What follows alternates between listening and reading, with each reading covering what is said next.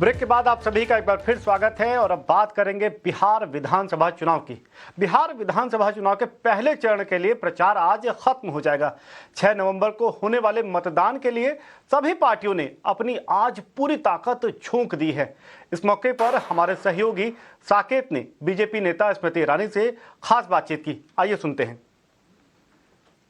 Ma'am, किस तरह का माहौल है? आपने कई जगह पर रोड शो किए, सभाएं भी आप कर रही हैं, क्या लग रहा है माहौल बिहार में? मैंने कल भी कहा, आज भी कह रही हूँ, रफ्तार पकड़ चुका बिहार, फिर एक बार एनडीए सरकार। विपक्ष की तरफ से कई चीजें उठाई जा रही है। अभी प्रियंका गांधी कुछ दिनों पहले यहाँ पर आई थी। पहले उन्होंने कहा कि एक अलग से अपमान मंत्रालय प्रधानमंत्री को बना देना चाहिए। जिस तरह से वो कहते घूम रहे हैं कि मेरी माँ को अपमानित किया गया, इस तरह के बयान जो आ रहे हैं। प्रधानमंत्री की माँ को अपमानित किया गया, ये तो प्रमाण जनता खुद आप जैसे चैनलों के माध्यम से देख ही चुकी है। लेकिन मुझे ऐसा लगता है कि इस प्रकार के बचकाने बयानों के ऊपर अगर ध्यान केंद्रित ना करके सिर्फ और सिर्फ विकास के मुद्दे पर चर्चा हो तो कितना अच्छा रहेगा बिहार की जनता के लिए। कांग्रेस और आरजेडी दोनों के पास सत्ता थी वर्ष तक। तब उन्होंने बिहार में 6 करोड़ से ज्यादा ऐसे व्यक्ति हैं जिनके लिए पहली बार बैंक का खाता अगर खुला तो तब जब नरेंद्र मोदी प्रधानमंत्री बने। तो मुद्दे की बात करते हैं कि 6 करोड़ लोगों को बैंक का खाता क्यों नहीं खुलवा कर दिया कांग्रेस और आरजेडी ने। उसमें से 3.5 करोड़ महिलाएं हैं जिनका बैंक का खाता खुला। मुद्दे की बात यह है कि आज अगर कांग्रेस और आरजेडी के लोग दम भरते हैं कि भाई हम महिला को सशक्त करना चाहते हैं तो इन 3.5 करोड़ बहनों का खाता क्यों नहीं खोला। मुद्दे की बात यह है कि 11 लाख समूह बने अगर जीविका कार्यक्रम के अंतर्गत महिलाओं के, ताकि उनका आर्थिक सशक्तिकरण हो सके, वो भी एनडीए की सरकार ने बनाया।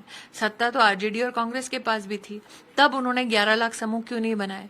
मुद्दे की बात यह है कि 1 करोड़ 30 लाख बहनों के बैंक के खाते में रोजगार योजना के अंतर्गत एनडीए की सरकार ने प्रथम श्रेणी में 10,000 रुपए पहुंचाए। क्यों महागठबंधन ने उसका विरोध करते हुए चुनाव आयोग को लिखित में निवेदन किया कि बिहार की बहनों का ये पैसा रोक दिया जाए। तो बिहार की बहनें भी भली भांति इस बात से परिचित हैं कि अभी 10,000 रुपए मिला है, आगे चल के 2 लाख तक की राशि उनके समूह को जीविका के दृष्टिकोण से मिलेगी। वो क्यों फिर भ्रमित होंगी महागठबंधन के इन बयानों से। लेकिन तेजस्वी तो लगातार कह रहे हैं कि महिलाओं के लिए खास करके फोकस उनका भी रह रहा है कि 30,000 रुपए दे देंगे। 14 मुझसे बेहतर होगा। आप 2 लाख और 30,000 में कंपैरिजन कर रहे हैं। और आपने तेजस्वी जी को इतनी सुबह सुबह कब वक्तव्य देते देखा? तो मोदी है तो ये भी मुमकिन है। मैं इतना ही कहूंगी कि उन्होंने बिहार की महिला के स्वावलंबन को, उसकी कहीं ना कहीं बुद्धिमत्ता को कम आंका है और इस प्रकार का बयान उसी का कहीं ना कहीं प्रमाण है। अगर उन्हें वाकई में महिलाओं की चिंता होती तो क्यों उनके पक्ष की ओर से इलेक्शन कमीशन में ये लिखित गया है निवेदन कि इस योजना को रोक देना चाहिए। अपने लिखित उन शब्दों को वो वापस तो ले नहीं रहे।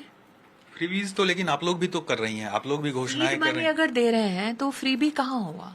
वो एक आर्थिक साइकिल को कहीं ना कहीं सशक्त करने का काम है। आज हमारे देश में अगर हम कहते हैं कि 9 करोड़ बहनें स्वसहायता समूह से जुड़ी हुई हैं तो वो हर साल उनका इकोनॉमिक साइकिल $37 बिलियन का होता है।